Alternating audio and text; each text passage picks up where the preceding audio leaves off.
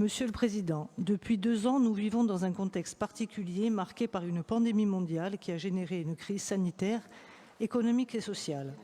Si en France, nos entreprises ont pu bénéficier d'un soutien inédit, l'économie, et notamment celle insulaire, a souffert considérablement. On a vu des secteurs basculer et avec eux des artisans, des chefs d'entreprise, des salariés. Autant de catégories qui sont venues renforcer la précarité existante et le besoin d'accompagnement social. Nous allons demain examiner le budget primitif pour 2022 et constater que les dépenses de fonctionnement dans le secteur social, à l'exception du RSA, n'ont cessé de croître. La collectivité s'est substituée aux 3 collectivités en 2018 et est désormais l'interlocuteur unique des associations qui sont en première ligne face à l'urgence sociale. L'initiative associative et la solidarité publique constituent les 2 dimensions d'une politique d'ensemble. Nous avons récemment voté, et ce à l'unanimité, pour des foyers d'accueil pour les sans-abri ou de l'hébergement d'urgence pour les femmes battues.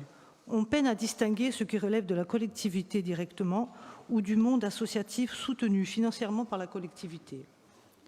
Serait-il possible de connaître le montant des initiatives prises par la collectivité et celui des aides versées aux associations au titre de la politique sociale, ainsi que les capacités d'accueil dont dispose la collectivité et celles associatives qu'elle finance? On voit que des pétitions fleurissent pour alerter l'opinion et sollicitent les communes en demandant un accueil de jour comme de nuit, et non plus seulement dans les grands centres urbains, mais également dans les municipalités périurbaines, voire rurales et de petite taille, qui n'ont pas les moyens d'une telle politique. Le réseau associatif, comme le Resto du Cœur, la Croix-Rouge, le Secours populaire, pour ne citer qu'eux, est de plus en plus présent dans l'intérieur de la Corse, ce que l'on ne connaissait pas avant. J'en finirai par le contexte international qui succède à la crise sanitaire, qui est toujours d'une réalité d'ailleurs. Je voudrais parler de la guerre en Ukraine. L'exode massif à l'ouest des réfugiés et l'exigence d'accueil des pays européens conduira la Corse à prendre part à l'effort de solidarité.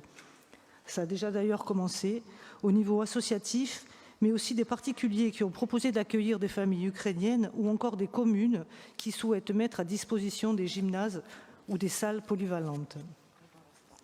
Mardi, le CESEC a exprimé une position que nous partageons et lancé un appel pour la préservation des populations civiles. Un large soutien a été légitimement apporté aux initiatives en faveur des Ukrainiens déplacés. J'en viens à la deuxième partie. La deuxième partie de ma question visait donc à ce qu'il était prévu au niveau de la collectivité. Une initiative est-elle en cours? Avez-vous été saisi par des associations pour obtenir un soutien financier lié à l'accueil des réfugiés ukrainiens en Corse? Les rapports qui nous ont été adressés mardi soir, et ce après le dépôt de ma question orale, y répondent en partie, mais je pense que nous n'avons pas encore toute la mesure de cette guerre et qui ne semble pas en cours de règlement malheureusement. Les 145 réfugiés comptabilisés à ce jour risquent d'être rejoints par d'autres dans un futur proche.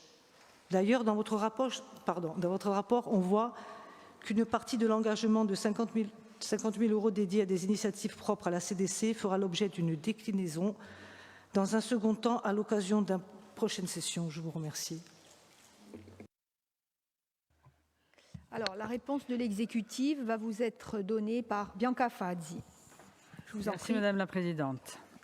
Cara Concilière à Garazante, comme vous le rappelez, depuis 2018, la collectivité de Corse est chef de file en matière d'action sociale et intervient d'une part dans le cadre du Code de l'action sociale et des familles et d'autre part dans le cadre extralégal par de nombreux dispositifs de soutien aux acteurs de terrain.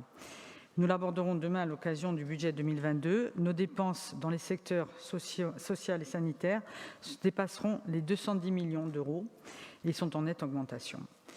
Vous le savez, l'action et l'aide sociale et médico-sociale de la collectivité de Corse relèvent du règlement des interventions sociales, médico-sociales, de santé réactualisé en novembre 2020, permettant une action à tous les niveaux en faveur des publics en situation de précarité. Ce règlement traduit la volonté de la collectivité de soutenir, au-delà de ses compétences et interventions obligatoires, les partenaires publics et associatifs dans leur action quotidienne à destination des publics les plus fragiles et des sans-abri. Je rappelle que cette compétence dans l'accueil d'urgence est une compétence de l'État, mais la collectivité a fait le choix d'accompagner également ces publics. Pour l'année 2021, sur le volet numéro 3 du règlement concernant les interventions en matière de lutte contre la précarité et contre l'exclusion, 588 000 € ont été consacrés au financement de structures d'hébergement d'urgence ou de dispositifs d'accès et de maintien dans le logement. Il s'agit de financement d'abris de nuit, l'association Fratellanza, la FALEP, la Croix-Rouge, de structures d'accueil de jour ou de domiciliation administrative pour la FALEP et de l'accompagnement social et au logement, c'est l'association Alice. Je vous rappelle qu'en investissement, une subvention exceptionnelle de 100 000 € récemment a été votée par votre Assemblée en faveur de la fraternité du partage afin de soutenir la création d'un projet innovant, Paese di Legno, qui propose un lieu de vie à destination des très grands marginaux.